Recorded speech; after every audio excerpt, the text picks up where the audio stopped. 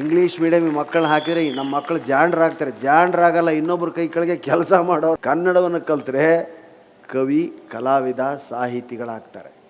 ಅದರಿಂದನೂ ಇವತ್ತು ಹಣ ಬರ್ತಿದೆ ನಿಮ್ಮಂಥವ್ರಿಂದ. ನೋಡಿ, ಇವತ್ತು 75 ವರ್ಷದ ಸಮಾರಂಭ ಇಲ್ಲ, ಮನೇಲಿ ಆರತಿ ಮಾಡಿದ್ರಾಗಿತ್ತು, ಅವ್ರೊಂದು ಸ್ವೀಟ್ ಮಾಡ್ತಿದ್ರು, ತಿಂತಿದ್ರು. ಅವರೇ ಹೇಳ್ತಿದ್ರು, ಒಂದು ಹೊಸ ದೋತ್ರ ಉಟ್ಕೊಳ್ಳಿ, ಇವತ್ತು ಹೊಸ ಜುಬ್ಬ ಹಾಕೊಳ್ಳಿ, ಇವತ್ತು ನಿಮ್ಮ ಹುಟ್ಟಿದಬ್ಬ ಅಂತ ಒಂದು 50 ಸಾರಿ ಜ್ಞಾಪಿಸ್ತಿದ್ರು ಅವರಿಗೆ. ಯಾಕಂದರೆ 75 ವರ್ಷಕ್ಕೆ ವ್ಯಕ್ತಿ ಸೂಟು ಬೂಟು ಹಾಕೊಂಡು ಕೊಡ್ತಾನಂದರೆ 60 ಕರುಳು ಮುರುಳು ಅನ್ನೋದು ಹೋಯಿತು ಅಂತ.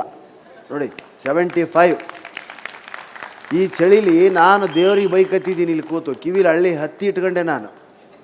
ಆದರೆ ಅವ್ರು ಹೆಂಗೆ ಕೂತೇವೆ ನೋಡ್ರಿ, ತಲೆಯಲ್ಲೂ ಕೂದಲಿಲ್ಲ ಅವ್ರಿಗೆ. ಆ ಸ್ಟಿಫ್ನೆಸ್ ನೋಡಿ ನೀವು. ಜೀವನೋತ್ಸಾಹ ಅಂದರೆ ಇದು. 75 ವಯಸ್ಸಲ್ಲಿ ಈಗಲೂ ಕೆಲಸ ಮಾಡ್ತಾರೆ, ಡ್ಯೂಟಿಗೆ ಹೋಗ್ತಾರೆ. ನನಗೆ 75 ಆಯ್ತೆ, ನಿನಗೆ ಎಷ್ಟು ಅಂದರೆ ಕೇಳಿ ಅವ್ರು ಹೇಳಿದಾರೇನು ಸರ್?